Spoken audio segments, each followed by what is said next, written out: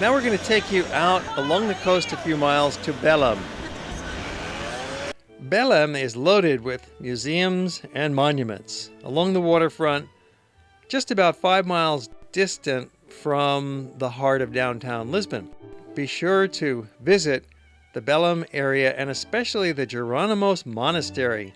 Walking into the church is a goosebump experience brought on by the astonishing, lofty interior space, supported by tall columns that soar heavenward and spread like trees in branching stone ribs at the top, forming a delicate tracery pattern on the ceiling.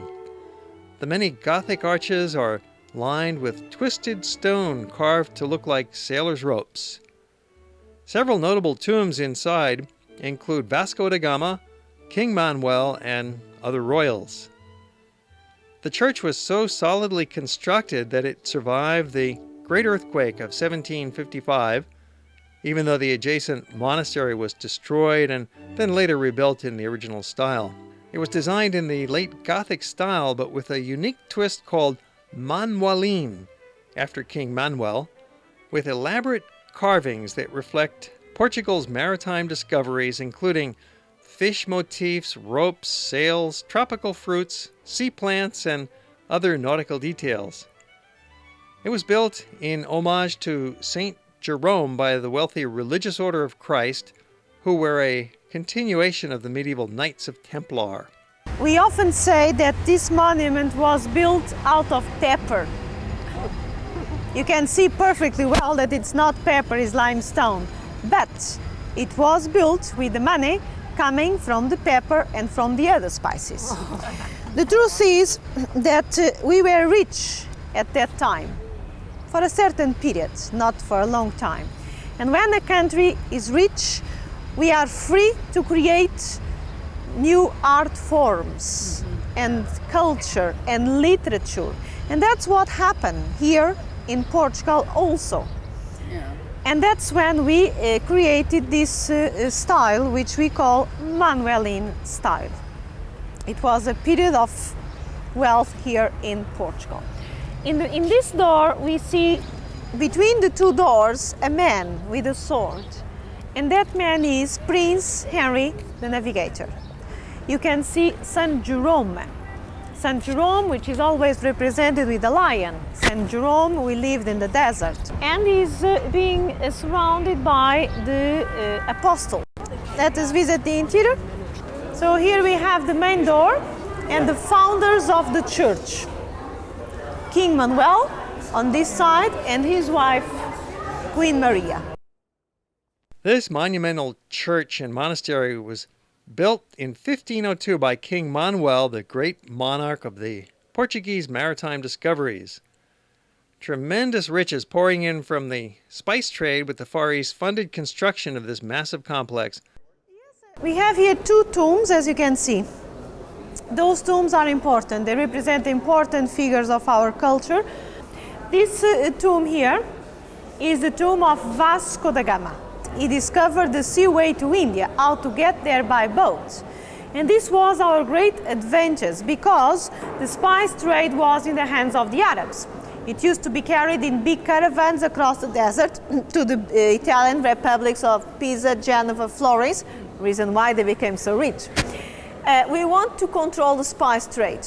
In order to do that, we had to control the ocean and we had to get there by boat, which we did after Vasco da Gama.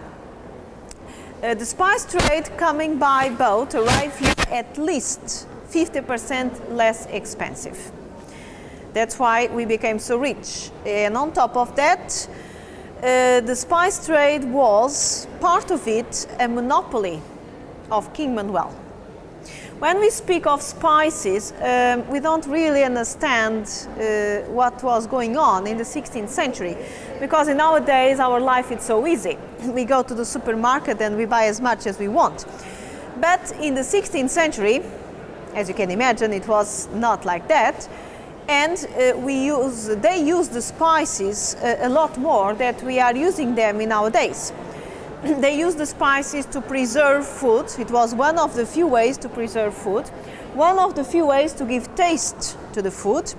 And the spices were, let's say, the base of most part of the industries and most part of the pharmaceutical drugs. In nowadays, who controls the petrol controls the world. In the 16th century, who controlled the spice trade controlled the world. So for a while, Lisbon was in control, because if the people want to trade, they had to come to Lisbon. Then naturally it was spread a little bit all over, Spain, England, Holland, but for a while Lisbon was a very, very cosmopolitan city.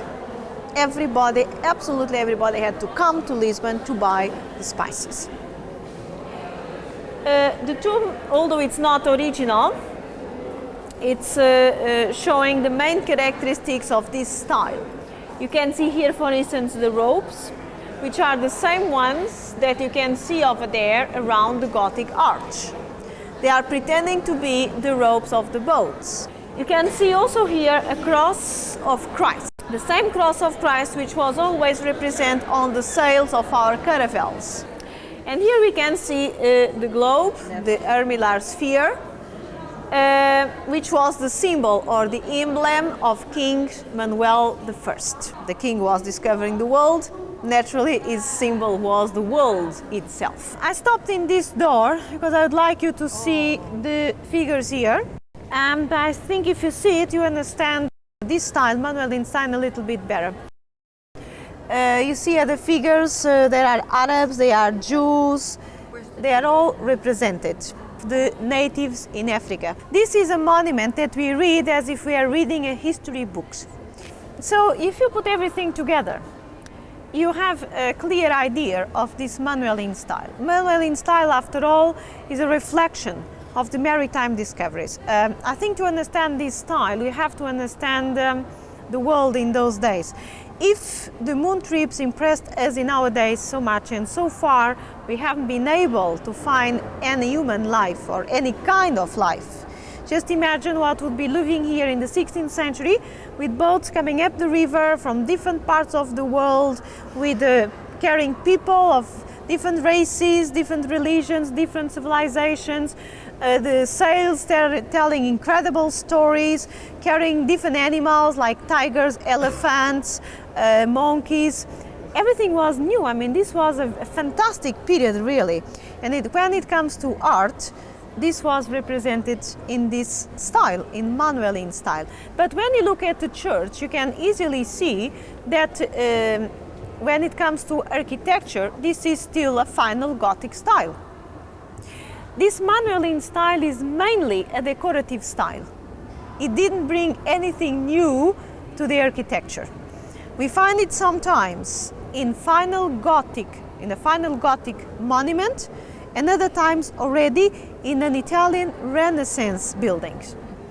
So let's say it's an addition to the architecture.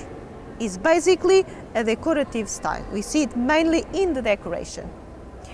Notice the stained glasses. Unfortunately, they are not original, because the original ones, they were destroyed by the earthquake. The tombs of the Portuguese royal family, they are being supported by elephants. It's rather unusual. We didn't know about elephants before we got to India. First tomb on the left is the tomb of King Manuel, so the founder of the church. Next to him is his wife, Maria. On the other side is his son, King John III, and his wife, Queen Catarina. And under the pulpit, we can see the same twisted ropes.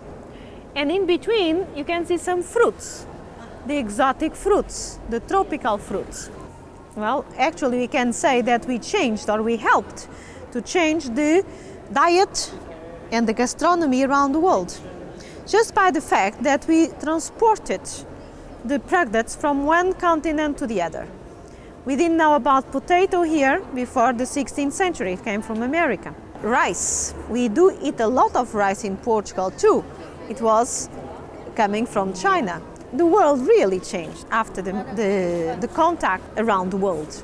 Near Jeronimos, along the waterfront, are two other famous monuments which stand as symbols of Portugal's 16th century naval voyages: the Tower of Belém and the Memorial to the Discoveries.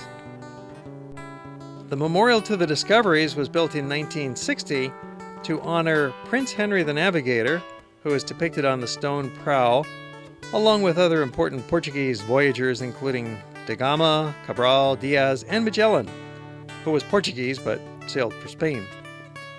Prince Henry never did any actual navigating, but he did fund a school for navigators in the 15th century that helped the nation gain control of the seas. The Tower of Belem was built between 1515 and 1520 as a fortress that guarded the harbor and celebrates the discoveries in a grand style with its elaborate Manuelin carved decorations similar to those at Jeronimos.